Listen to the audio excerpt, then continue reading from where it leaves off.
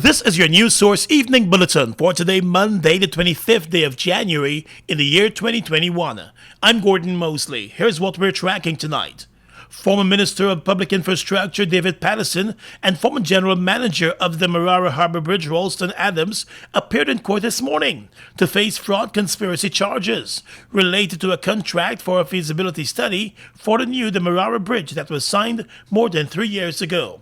Both Paterson and Adams were granted bail in the sum of $200,000 each and will have to make their next court appearance on the 15th of February.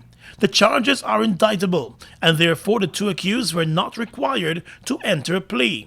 The matter was heard by Magistrate Lerone Daly after the Chief Magistrate recused herself from the case, saying both of the accused are known to her.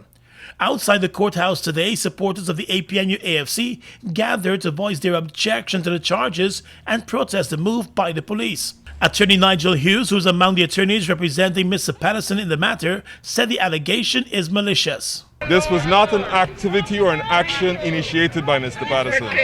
And therefore, in the circumstances, we believe that this charge not only is unfounded, but is malevolent. Sorry, forgive me. Tight down today.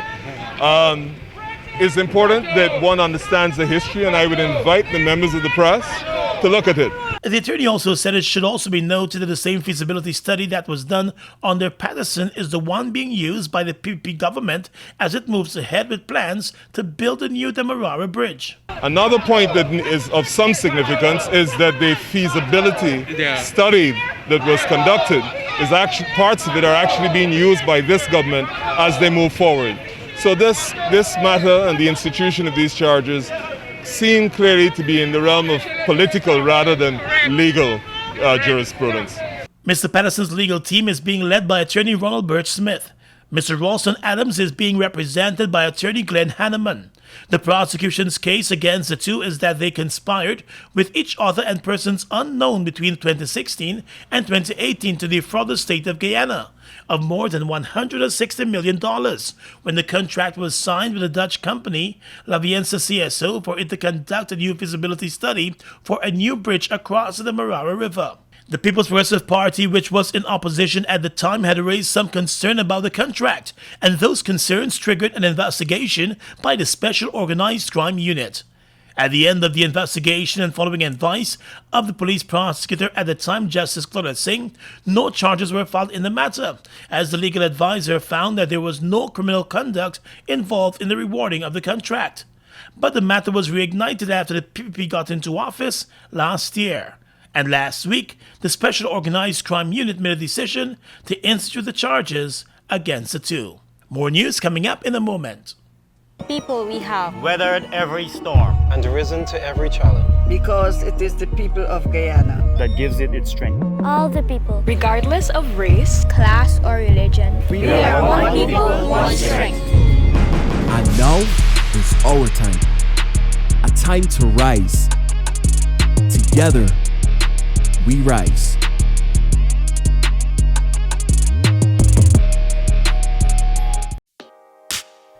Mobile Special and all other mobile lubricants are distributed by Sol Guyana Inc. Mobile Special and all other mobile lubricants are distributed by Sol Guyana Inc.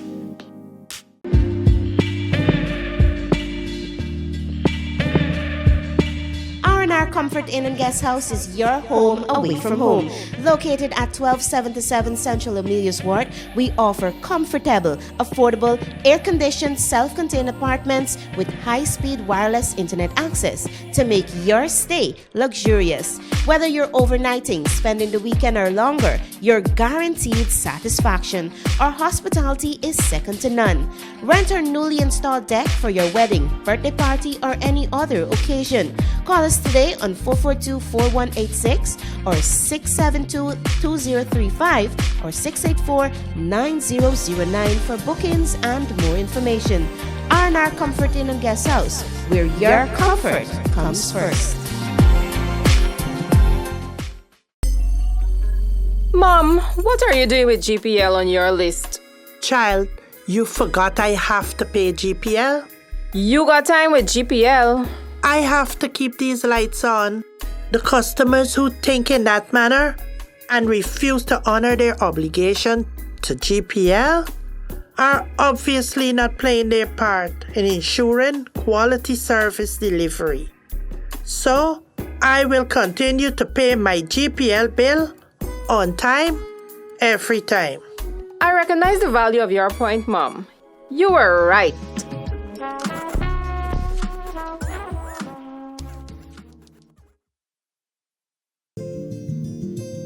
GBTI is your Guyanese bank, a bank that understands every customer's unique needs, opportunities, challenges, and financial concerns. At GBTI, we see you for you. Whether you're buying a new home or car, planning your next vacation or retirement, saving for your child's future, or whether you're ready to take that bold step of investing in your dream business idea, we are with you every step of the way. We hear your stories and watch you focus on your dreams as we share your aspirations. We are more than just banking. We are a family. We are part of your community. Our commitment extends way beyond the walls of our branches and is demonstrated every day in the opportunities we provide to our individual and business customers. The support, time, and commitment we give back to communities across Guyana to help improve the lives of our Guyanese families. Because we see Guyana through your eyes. Fuel it up and drive, Super 95. Tune up. Fuel it up and drive, Super 95. Tune up. Protect your fuel system, boy. High mileage and performance, boy. Guy Super 95 gasoline gives you more reasons to drive and is available at 56 service stations nationwide. For affordable price, high performance, and high mileage, choose Guy's Super 95 gasoline. Fuel it up and drive!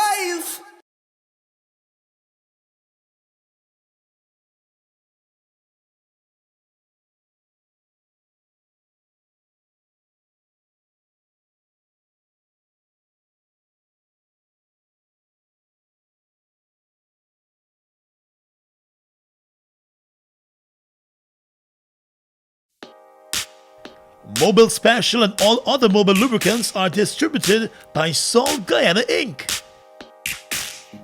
Mobil Special and all other Mobil lubricants are distributed by Salt Guyana Inc. Welcome back. Two Guyanese registered fishing vessels and their crew remain in Venezuelan custody tonight after they were detained by the Venezuelan Navy while operating within Guyana's exclusive economic zone. The government of Guyana is looking for answers and wants the vessels and their crew released by Venezuela. The interception and detention of the fishing vessels Lady Nayera and Sea Wolf took place last Thursday. In a statement over the weekend, the Ministry of Foreign Affairs said the vessels were operating off the coast of Guinea within Guyana's exclusive economic zone when they were intercepted by a Venezuelan naval ship. According to the statement from the Foreign Affairs Ministry of Guyana, the captains of the two Guyanese fishing vessels were instructed to chart a course to Port Guria in Venezuela, where the boats and crew have since been detained. The Ministry of Foreign Affairs has indicated that it is currently seeking to ascertain the status and welfare of the crew members. The Foreign Affairs Minister met this afternoon with the owners of the two vessels.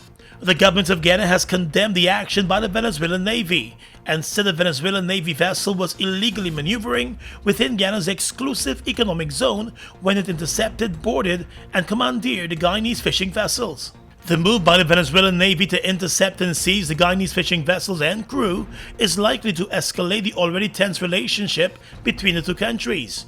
2 weeks ago, the Coast Guard of the Guyana Defense Force and the U.S. Coast Guard carried out joint patrols in Guyana's waters to stamp out illegal fishing. While Venezuela objected, it did not interfere with the operation. The government of Guyana is condemning the fishing vessel seizure and said Venezuela and its agents must behave in a manner that is consistent with international law and good neighborly relations. Guyana has moved to inform the international community of the actions of the Venezuelan Navy, which it says has undermined Guyana's sovereignty and territorial integrity. Meanwhile, the government of Venezuela today ended its silence on the arrest and the detention of the two Guyanese fishing vessels and their crew members, claiming that the vessels were illegally fishing in its waters. Guyana maintains that the two fishing vessels were off the coast of Winey Point, within Guyana's exclusive economic zone. In its statement today, the Venezuelan Ministry of Foreign Affairs claimed that the two vessels were within its jurisdiction without any legal documentation. The Venezuelan government accused the Guyanese government of a new media matrix with its statement on the issue. Venezuela says by its statement the Guyana government is interfering in its internal affairs by making references to a recent decree issued by Venezuela. That decree claims land and maritime space belonging to Guyana and has been condemned by the Guyana government and a number of its international partners. Guyana has also condemned the arrest of the fishermen and the detention of their vessels. Leader of the opposition Joe Harmon has accused the Office of the Director of Public Prosecutions of wreaking impartiality when it comes to some recommendations for charges coming out of the office. Speaking to reporters this morning as he protested the charges against opposition Member of Parliament David Patterson, the leader of the opposition said he remains very concerned about some of the advice coming out from the DPP. The work which comes out from her office is reeking of partiality, of bias. Look at all the number of persons who have already been tried. Anil Nandalal, Ashley Singh, the other one from Nisil. All of them, before these courts, the magistrate, the police do their work. And of course, Irfan Ali. The police have done their work, the courts have done their work.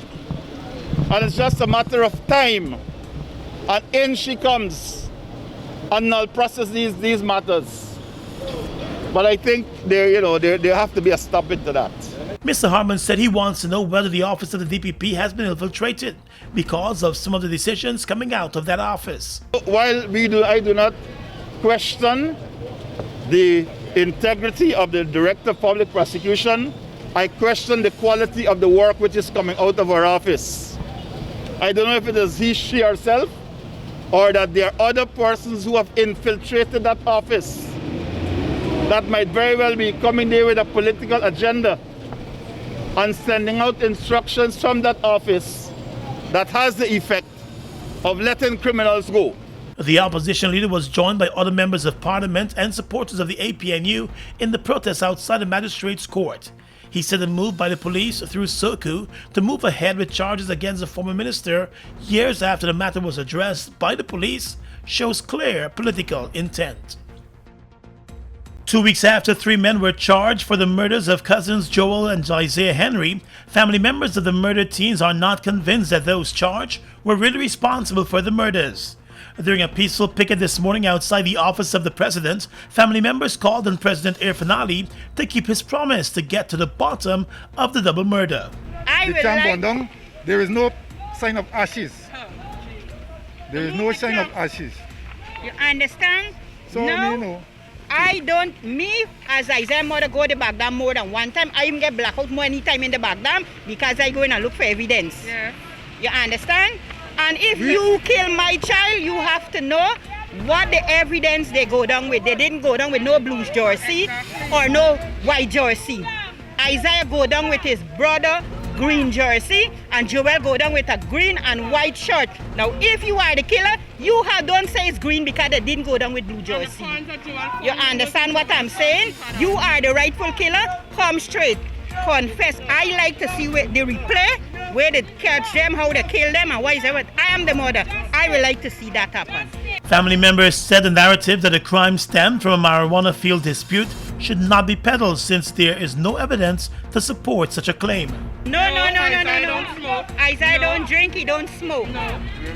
Joel don't drink, he don't smoke. And the point where it says ganja, when we go down at the back dam, you understand, Mr. Caesar said we cannot go because we're going to tamper with evidence. 11 days after, these by pick up. When 11 days they come, they go at the back dam with the drone. They had giant force, police and soldier. They did not find no ganja field. Even when we go and search, we don't find no ganja field. So where the ganja story coming up from now? Now if you confess that you burn the ground, I am the mother. I would like to see the replay and show me the ash that burned on the ground. The camp that Shano burned down, I would like there to go and see if any dust is there. The Henry family is calling for a full and proper investigation. The two teenage cousins, Isaiah and Joel Henry, were found murdered in the Cotton Tree Back Dam back in September. one day after they went to pick coconuts in the number 3 village back dam. Their bodies were found badly chopped and mutilated. Just over a week ago, 3 Berbice men were charged for the crime. At least 2 of the men were loud in their denial of being involved in the incident. In the world of politics, the joiner parties, which have a single seat in the National Assembly, are not happy that they have been left off of all of the parliamentary committees. And the main opposition in Parliament doesn't appear to share their worry. Over the weekend, the joiner party's representative in the National Assembly, Lennox Schumann, voiced his concerns that the PPP and the APNU-AFC have taken up all of the seats on the committees. But today, opposition leader Joe Harmon said the process of selecting representatives for the respective committees is completed. We have made that determination already. We've gone through the process. We've gone through the process of electing a speaker. We've gone through the process of electing a deputy speaker. We've gone through the process of appointing members of these committees. We've gone through the process of appointing chairpersons of these committees. The opposition leader said he finds it strange that at this juncture, when the respective committees have started their work, there is now noise. But I am seeing a hidden voice behind that noise. There's a hidden voice behind that noise. Harmon said it appears as though there's an effort to get an extra place for the PPP on the committees. That is seeking to seat. They're seeking to seat an extra place for the PPP in these committees. There are 9 standing committees in the National Assembly, with 3 of them being headed by the opposition members of Parliament. Mr. Schumann serves as the Deputy Speaker in the National Assembly, a position that was usually reserved for the largest opposition in Parliament.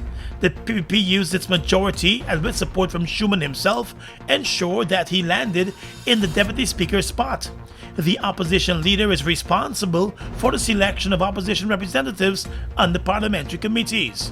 While Mr. Schumann sits on the opposition side of the National Assembly, he has openly supported the PPP on a number of issues and currently works for the government as one of its advisors. Well, within the next few months, there should be an ease to the traffic woes that commuters experience along parts of the east bank of Demerara. This comes as an alternative road link is being constructed between 6th Avenue, Diamond and Eccles. Another 4-lane connection is being considered from Eccles to Mandela Avenue with an October-November completion timeline. President Irfan Ali, who visited the area over the weekend, said that it's part of an infrastructure transformation that his government is paying attention to. Integration of communities, because now Diamond, Prospect, Eccles, Horastelling, Covent Garden, Mocha, all these communities will be integrated. The president has called on his team to expedite the process while ensuring quality work is also done. And all of this is to bring ease to the population, faster commute time, less wear and tear on vehicle, greater efficiency. The amount of man hours we lose in the traffic is not sustainable for our development. It's not sustainable for the commuters themselves and our citizens. President Ali said he has proposed a modernizing system to police the road, which would include the building of police towers and the Wi-Fi system connected to cameras, which would automatically ticket drivers. He said too that a lot of roads in the Diamond community will be upgraded to concrete surfaces. Guyana recorded 2 coronavirus-related deaths on Sunday, taking the total number of deaths to 172. The Ministry of Health also reported that over the weekend, there were more than 160 new cases recorded. The country currently has more than 750 active cases. Regions 4, 6, and 7 appear to be facing a new wave of new cases, with the majority of recent cases being found in those 3 regions. This past weekend, members of the joint services were again forced to shut down a number of bars that were flouting the COVID-19 regulations. Several secret location parties were also shut down by the National Task Force. Been through it all. But as a people we have weathered every storm and risen to every challenge. Because it is the people of Guyana that gives it its strength. all the people, regardless of race, class, or religion. We are one people, one strength. And now is our time. A time to rise. Together, we rise.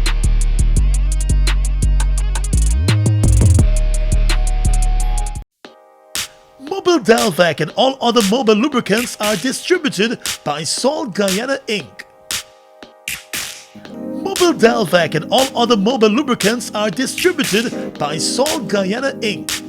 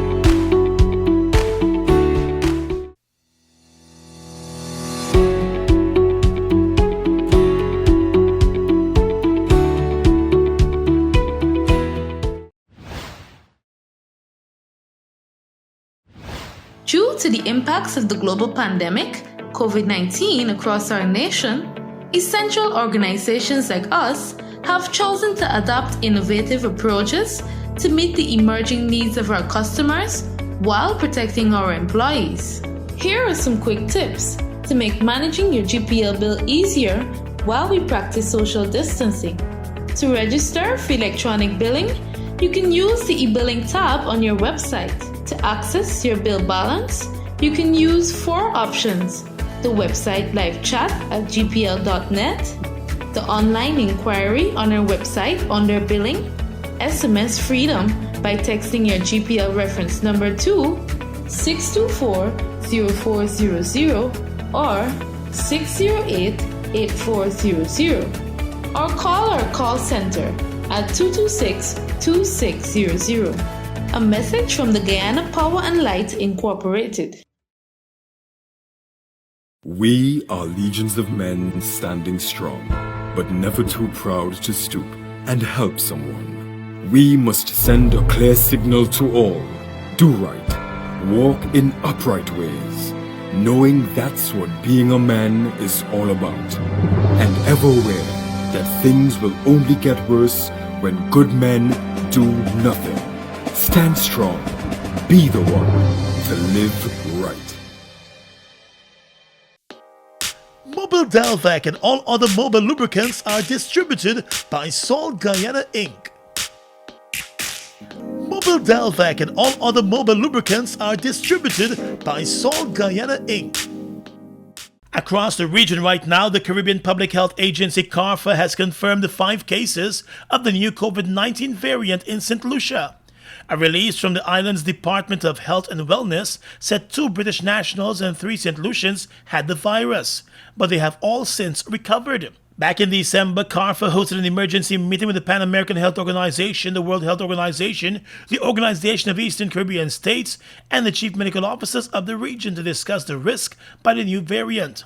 It was further confirmed that the COVID-19 PCR testing being done in countries remains the gold standard to ensure accurate diagnosis, even with the mutations, and the vaccine approved by the Food and Drug Administration remains relevant. The recommendations made are in relation to the strict adherence to the current regional and national guidelines on COVID-19 prevention and control. Let's tell you now that the United States Centers for Disease Control and Prevention, the CDC, has issued a level 4, very high level of COVID-19 alert for Barbados. This is the highest alert issued by the CDC. The alert, which was issued on the 19th of January, noted that travelers should avoid all travel to Barbados, and travel may increase your chance of getting and spreading COVID-19. The advisory also said if you must travel, before you travel, get tested with a viral test 1 to 3 days before your trip, and do not travel if you are waiting for test results. Travelers were advised to wear a mask, stay at least 6 feet from people who are not traveling with them, wash their hands often, or use hand sanitizers. They were also reminded to watch for signs of illness. The alert also advised persons that if they don't get tested, it's safest to remain at home. The U.S. COVID-19 alert levels from highest to lowest are level 4 very high, level 3 high, level 2 moderate, and level 1 is low. And finally tonight, international news. The Dutch Prime Minister has condemned the weekend riots against newly imposed coronavirus restrictions as criminal violence. Rioters attacked the police and set cars and bikes on fire to protest against a curfew introduced on Saturday. In the southern city of Eindhoven, protesters threw fireworks, looted supermarkets, and smashed shop windows. There were smaller protests in Amsterdam and in some cities and towns around the country. More than 200 persons were arrested. A COVID-19 testing center was also set ablaze on Saturday night in the northern village of Urk, local authorities said. The Dutch government has just introduced its toughest measures since the start of the coronavirus pandemic, including a nighttime curfew which runs from 9 p.m. to 4:30 a.m. And that's your News Source Evening Bulletin for tonight. I'm Gordon Mosley reporting.